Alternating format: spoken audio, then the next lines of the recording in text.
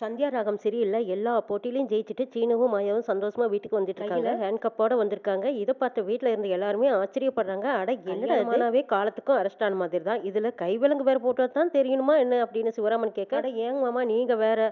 இதுக்கு சாவிய காணோம். கேட்டதுக்கு காலையில சரி பண்ணிக்கலாம் போங்கன்னு அனுப்பிச்சுட்டாங்க. அதான் இப்படியே வர வேண்டியதா போச்சுங்கிறாங்க சீனு. ஐயோ! மாயா என்னது? அப்படின்னு ஜானகி கேட்க, ஆமா பெரியம்மா. நாங்க எல்லா போட்டியிலயும் வின் பண்ணிட்டோம். கடைசியா இந்த ஹேண்ட் கப் போட்டாங்களா, அதுக்கப்புறம் இதனோட சாவிய காணோம். நேரடியா இப்படியே வரும்படி ஆயிப்போச்சுங்கிறாங்க. அப்ப நீ இழுக்கிற இழுப்புக்கெல்லாம் என் மவ உங்க கூட வந்து தான் ஆகணுமாங்கிறாங்க மணிவண்ணன். ஆமாம்மா வேற வழியே இல்லைங்கிறாங்க மாயா. நல்லதா போச்சு நல்லதா போச்சுங்கிறாங்க மணிவண்ணன். சீனு நல்லா பிடிச்சுக்கடா, எந்த காலத்துலயும் விட்டுறாத அப்படிங்கிறாங்க மணிவண்ணன். பத்மா பார்வதி அந்த ஃபங்க்ஷன் நடக்கிற இடத்துல சாக்கடையில உளுந்து விரண்டு எழுந்திருச்சு அப்படியே கசகசன்னு நிக்கிறாங்க. ஐயோ அண்ணி உங்கனால இப்ப நான் கேட்டேன். இங்க பாருங்களேன், இப்படி சாக்கடை தண்ணியோட எப்படி அண்ணி வீட்டுக்கு போறது? வீட்டுல கேட்டாங்கன்னா நம்ம என்ன பதில் சொல்றதுங்கிறாங்க பார்வதி. பார்வதி, உன்னோட ட்ரெஸ்ல தாண்டி அளவில்லாத நாத்தோங்கிறாங்க. ஐயோ அண்ணி என்னன்னு சொல்றீங்க நீங்க? இந்த ட்ரெஸ் 2 பேர்த்ததுமே அப்படிதான். நாத்தோனா நாத்தம் சும்மா அடிக்குமா?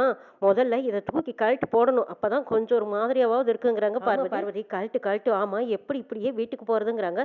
யாரும் இல்லாத நேரம் பார்த்து பின்வாசல் வழியா போயிடலாங்க. நீ யார் கண்ணிலையும் படாம நாமளும் அவங்களோட போய் சேர்ந்துக்கலாங்கிறாங்க. பார்வதியும் பத்மாவும் முடிவு பண்ணி அவசரமா வீட்டுக்கு போறாங்க. அப்படியே யார் கண்ணிலையாவது பட்டுட்டா என்னங்க நீ பதில் சொல்றது அப்படின்னு கேட்க, டெய்லர் கடைக்கு போனோம். வந்துட்டு இருக்கும்போது அந்த சாக்கடை தண்ணியில ஒரு வண்டி போனதும் அப்படியே பிசிறி அடிச்சிருச்சுன்னு சொல்லிடலாம். ஆமாங்க நீ அப்படித்தான் சொல்லி தொலைக்க வேண்டியதா இருக்கு. என்ன செய்யறது? இந்த மாயாவை பின்னாடியே தொடர்ந்து வந்து நாம என்ன நாத்த நாடுறோங்கிறாங்க பார்வதி. அவளை இப்படியே விடக்கூடாது. நம்மளுக்கே தண்ணி கட்டிட்டு இருக்கிறாள், அவளுக்கு இருக்கு இன்னைக்கு அப்படின்னுட்டு போறாங்க பத்மா. இன்னுமா முயற்சி பண்றீங்க? என்ன பண்ண போறீங்கன்னு கேக்குறாங்க பார்வதி.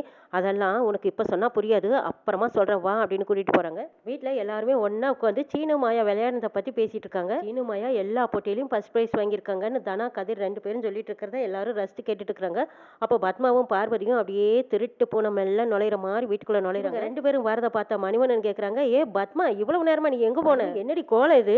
ஒரே சாக்கடையில விழுந்து எழுந்திருச்சு புரண்டு வந்த மாதிரி எல்லாம் இருக்கு. கோயில் நினைச்சு வேற எங்கேயாவது சாக்கடையில உருண்டு புரண்டுட்டியா அப்படின்னு கேட்கவும், போங்க உங்களுக்கு எப்ப பார்த்தாலும் எனக்கு கேள்வி கிண்டலும் பேசுறதே வேலையா போச்சு. சும்மாவே இருக்க மாட்டீங்களா? உங்க வேலை என்னமோ அதை பாருங்க அப்படின்னு ஒன்னும் தெரியாத மாதிரி போறாங்க பத்மா. ஏ நில்லு பேரும் கிட்ட வந்தா இந்த நாத்த நாருதே என்னன்னு சொல்லிட்டு போங்கன்னு கேக்குறாங்க சிவராமன். அது ஒண்ணு இல்லைங்க, நாங்க வர்ற வழியில அங்க சாக்கடை தண்ணி கிடந்ததா, ஒரு வண்டிக்காரன் வெகு வேகமா வந்தானா, வேகமா அடிச்சுட்டாங்க.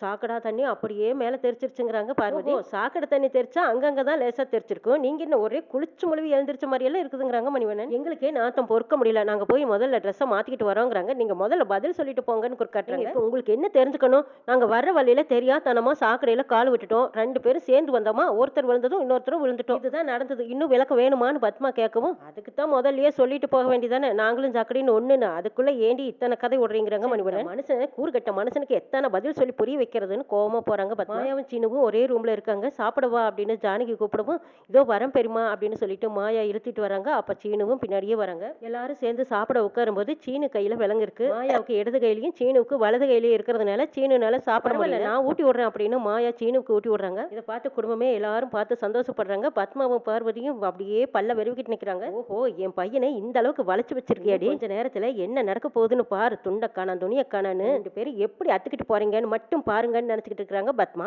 சாப்பிட்டு முடிச்சதும் 2 பேரும் ரூமுக்கு போறாங்க. மறுபடியும் கொஞ்ச நேரம் பேசிட்டு இருக்கும்போது அதுக்குள்ளயா பத்மா வரவழைச்ச ஒரு ஆள் வந்திருக்காரு. பாம்பாட்டியால் தான் வந்திருக்காரு. பாம்பு கொண்டு வந்துட்டியா அப்படின்னு பத்மா கேட்கும். மேடம் சீரிப்பாயும் சரியான விஷம் இருக்குது, அவ்வளவுதான் பாத்துக்கணும். ஆனா என்னோட பாம்பு பத்திரமா கொடுத்துடணும் மேடம் சொல்றாங்க. இந்த ஜன்னல் வழியா தான் நான் சொன்ன ஆள் இருக்காங்க, அங்க விடுங்கிறாங்க. பாம்பாட்டியும் அந்த ஜன்னல் வழியா பாம்பை விடுறாரு. இங்க பாத்தீங்களா அண்ணி, இந்த போட்டிக்கு போயிட்டு வந்ததுக்கு அப்புறமா சீனுவும் மாயாவும் ரொம்ப நெருக்கமான மாதிரி இருக்கலாங்களா அப்படிங்கம்மா. பார்வதி இது இப்படியே விடக்கூடாது. இந்த மாயா மந்திரக்காரி, எம்பட மாவ மனசை எப்படியெல்லாம் மாத்திக்கிட்டு இருக்கா பாரு.